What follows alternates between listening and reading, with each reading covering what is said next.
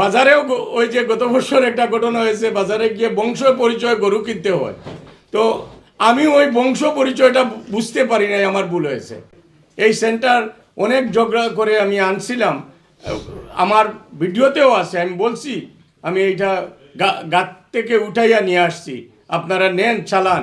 এখন আমি তো বুঝতে পারি না এটা কার এইরকম হবে, এইরকম হওয়ার যুক্তিটা আমি বুঝতে পারি নাই। হয়তো আমার মানুষ চিনারও আমার অভাব আছে, আমি মানুষ চিনতে পারি নাই।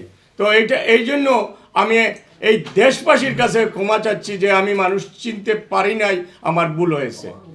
আমি যদি মানুষ এই যে সিআরবি এইগুলা চেক করে যদি ঢুকাইতাম, আমি ওই বংশ পরিচয়টা বুঝতে পারি নাই, আমার ভুল হয়েছে, মাফ করে দিয়েন সবাই।